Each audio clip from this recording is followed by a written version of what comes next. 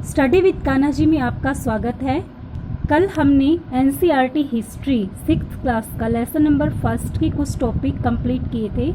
आपने कल की वीडियो में जाना कि हम अतीत में लोग क्या खाते थे, किन तरह के घरों में रहते थे, क्या क्या उनका काम था, कैसे वो यात्राएं करते थे। तो स्टूडेंट्स, आज हम आगे के टॉपिक्स क्लियर करेंगे। आगे टॉपिक स्टार्ट करने से पहले मेरी आप सभी लोगों से ये रिक्वेस्ट है कि जिसने मेरे चैनल को अब तक सब्सक्राइब नहीं किया है, प्लीज़ स्टूडेंट्स आप एक बार मेरे चैनल को सब्सक्राइब कर दें, क्योंकि आपको टाइमली आने वाली जो मेरी वीडियोस हैं वो आपको टाइमली मिलेंगी। तो इसलिए प्लीज़ एक बार चैनल को सब्सक्राइब ज़रूर कर लें। चलिए अब हम आगे के टॉपिक्स पढ़ते हैं, कैसे कैसे क्या क्या हुआ था अतीत के बारे में। आज हम क्या पढ़ेंगे? अतीत के बारे में पढ़ेंगे हम, ठीक है, कि अतीत के बारे में हमें जो जानकारी है वो हमें कैसे मिलेगी, कहाँ कहाँ से हम अपने अतीत के बारे में जानकारियाँ हासिल कर सकते हैं।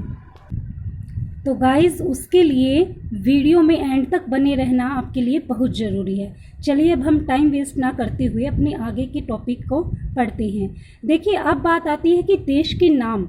आप सभी को पता है कि हमारे देश का नाम भारत है, जिसको इंग्लिश में हम इंडिया बोलते हैं। तो अब आप लोगों के मन में विचार आता होगा कि ये जो शब्द है ये कहाँ से आया, ठीक है। तो इंडिया जो शब्द है बेटा, वो इंडस से निकला है, जिसे संस्कृत में क्या बोलते हैं? सिंधु बोलते हैं, ठीक है। और 2500 वर्ष पहले जो उत्तर पश्चिम की ओर से ईरानी और यूनानी लोग जो थे, उन्होंने सिंधु को क्या बोला था? हिंदोस या इंदोस, ठीक है। मतलब नदी के पूर्व में स्थित भूमि प्रदेश को इंडिया कहा।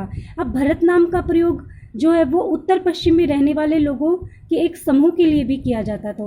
तो इस प्रकार अलग अलग वेज थे जो जिससे हमारे देश के नाम अस्तित्व में आया था। तो इन सब का उल्लेख हमें, जो ये समूह मैंने अभी आपको बताया है जो उत्तर पश्चिम में मिलता है, ठीक है, उसका उल्लेख हमें कहाँ से प्राप्त होता है? हमारी जो सबसे पुरानी कृति है ऋग्वेद। आप सभी को पता है कि वेद संख्या में कितनी है? 4। तो ऋग्वेद जो है वो सबसे पहली कृति है आपकी, जो लगभग 3500 वर्ष पुरानी है। तो उसमें आपको इसका उल्लेख मिलता है। बाद में इसका प्रयोग जो है वो देश के लिए होने लगा।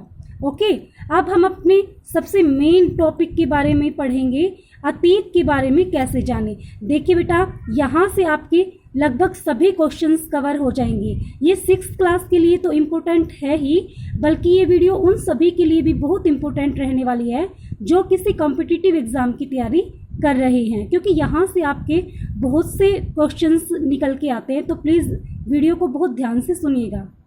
अब देखिए, अतीत के बारे में हमें जानकारी ना बहुत तरीक़ों से मिलती है। सबसे पहला तरीका क्या है कि हम पुस्तकों को ढूंढते हैं और पढ़ते हैं। अच्छा, आप लोगों की नॉलेज के लिए बता दूं बेटा कि जो पहले की पुस्तकें थी ना, वो हाथ से लिखी जाती थी।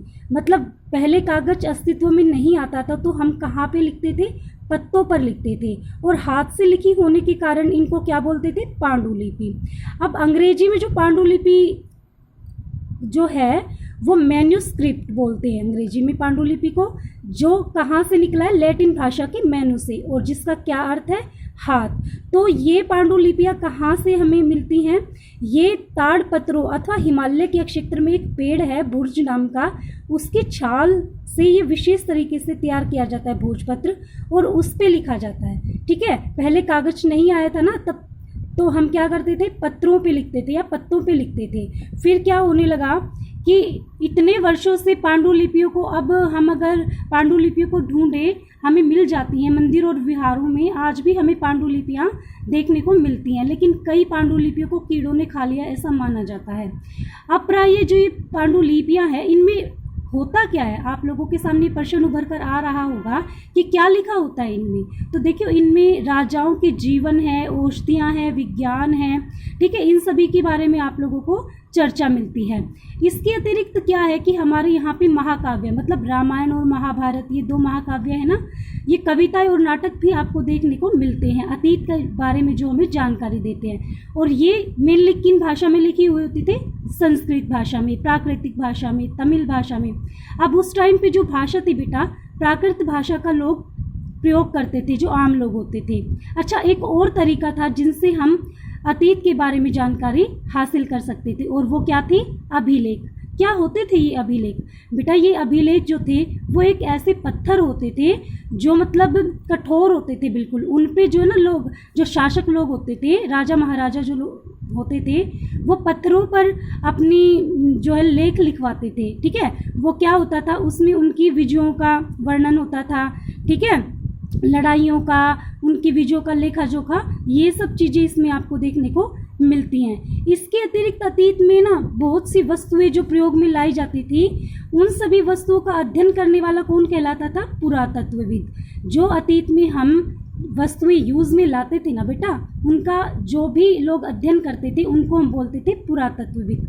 देखिए ये एक एक जो लाइन है वो बहुत इंपॉर्टेंट है आपके लिए। प्लीज़ आप हो सके तो वीडियो को पॉज करके आप नोट्स भी बना सकते हैं। तो पुरातत्वविद क्या करते थे कि पत्थर, ईंट से बनी इमारतों की अवशेष, चित्र, मूर्तियों का अध्ययन करते थे, और वे औजार, हथियार, बर्तन, आभूषण, ठीक है, इन सब चीज़ों का क्या करते थे वो, इन सब चीज़ों के लिए वो छानबीन और खुदाई भी करते थे। अब वे लोग क्या करते थे कि जानवर और चिड़िया, मछलियाँ, इन सभी की हड्डियाँ भी ढूंढते थे, ताकि वो ये लोग वो जान सके कि पहले के जो लोग थे वो क्या खाते थे। अब देखिए जो वनस्पति के अवशेष हैं वो बहुत मुश्किल से बच पाते हैं। आप सभी लोगों को पता है कि लकड़ी और जो अन्न के दाने हैं वे लगभग जल ही जाते हैं और जले हुए रूप में बचे रहते हैं। अब जो पांडुलिपियाँ हैं वे अभिलेख हैं, पुरातत्व हैं, उनसे ज्ञात जो जानकारी हमें मिलती है उसके लिए इतिहासकार किस शब्द का प्रयोग करते हैं बेटा? स्रोत, मतलब सोर्स जिसको बोलते हैं। तो इतिहासकार किन्हें बोलते हैं? क्वेश्चन सामने आता है हमारे, इतिहासकार किन्हें कहते हैं? तो इतिहासकार वो लोग होते हैं जो अतीत का अध्ययन करते हैं। स्रोत के प्राप्त होते ही हम अतीत के बारे में पढ़ना हमारे लिए बहुत ईजी हो जाता है, बहुत रोचक हो जाता है। तो आज की वीडियो में आपने पढ़ा कि हम अतीत के बारे में जानकारी किन किन स्रोतों से प्राप्त कर सकते हैं। आई होप आपको वीडियो पसंद आई होगी, समझ आया होगा। प्लीज़ वीडियो को लाइक, शेयर, सब्सक्राइब करना ना भूलें। आज के लिए इतना ही, बाकी का जो लेसन बचता है वो मैं आपको नेक्स्ट वीडियो में कवर कराऊंगी। Thank you, have a nice day.